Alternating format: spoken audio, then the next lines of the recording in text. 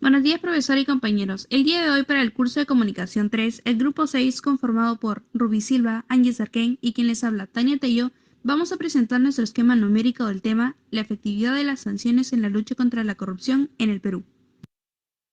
En la actualidad, el tema de la corrupción sigue siendo una preocupación constante en muchos países, incluido Perú. Un caso muy conocido se puede ver en las noticias de BBC News Mundo del año 2023.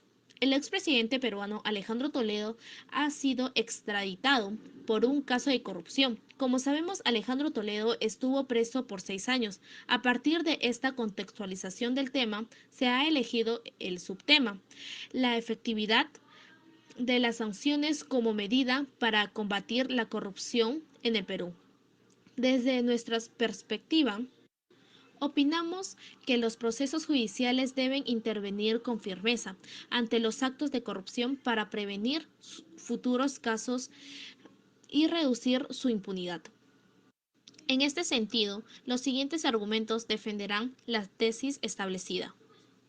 Con relación a nuestra postura, como primer argumento tenemos la necesidad de sanciones efectivas en la lucha contra la corrupción en el Perú. En este sentido, es importante señalar que la falta de sanciones efectivas ha llevado a la persistencia de la corrupción en el país, como menciona Esteves en el 2004, mencionado por Henning en el 2020. Identifican a la impunidad como uno de los factores estructurales que le dan forma al fenómeno de la corrupción, es decir, la impunidad en el Perú permite la corrupción y la desconfianza ciudadana hacia las instituciones públicas, debilitando la capacidad del Estado para combatirla.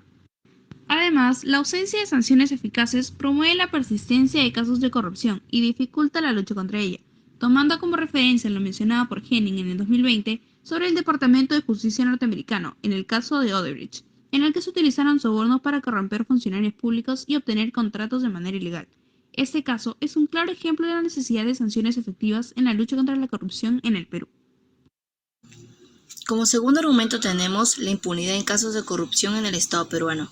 Acorde con el segundo argumento tenemos la idea secundaria, la naturaleza jurídica de la inmunidad parlamentaria. De manera que la idea tercera de respaldo, nos dice García 2008, como se citó en Dávila 2022, es un procedimiento político jurídico a través del cual se levanta la inmunidad a los altos funcionarios. Y como idea tercera de comentario, vemos que el instrumento de impunidad parlamentaria como riesgo en el Estado peruano. Bien, consecutivamente tenemos a la segunda idea secundaria, la inmunidad de arresto y de procesos. De manera en que la idea terciaria de respaldo nos dice Pariona, 2012, como se citó en Dávila 2022, la demora de los procesos que se extienden excesivamente en el tiempo. Entonces, tenemos como idea terciaria de comentario el extenso retraso de inmunidad en los procesos penales. En definitiva, la justicia debe ser firme en su lucha contra la corrupción en el Perú, con este fin de prevenir futuros casos y reducir la impunidad. Para lograrlo, es esencial implementar sanciones efectivas que permitan combatir y prevenir la corrupción en el país, ya que la falta de sanciones eficaces ha permitido la persistencia de la corrupción, debilitando al Estado y generando desconfianza ciudadana hacia las instituciones públicas.